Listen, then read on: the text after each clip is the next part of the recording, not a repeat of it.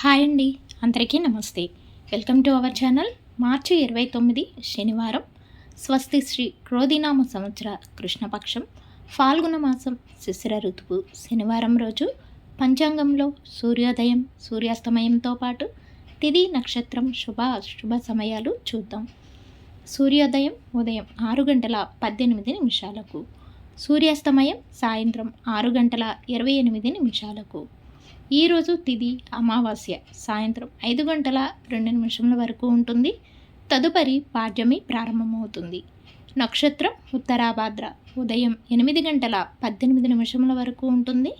తదుపరి రేవతి నక్షత్రం ప్రారంభమవుతుంది. ఈరోజు శుభ సమయాలు అభిజిత్ ముహూర్తాలు ఉదయం 11:56 నుండి 12:45 వరకు ఉంటుంది.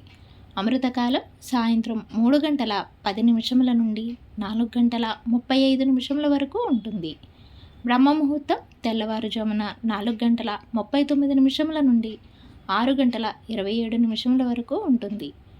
ఇక ఈరోజు అశుభ సమయాలు రాహుకాలం ఉదయం 9 నుండి 10:30 వరకు, యమగండకాలం మధ్యాహ్నం 1:30 నుండి 3 వరకు ఉంటుంది. గుళికాకాలం సాయంత్రం 6:16 నుండి 7:47 వరకు ఉంటుంది.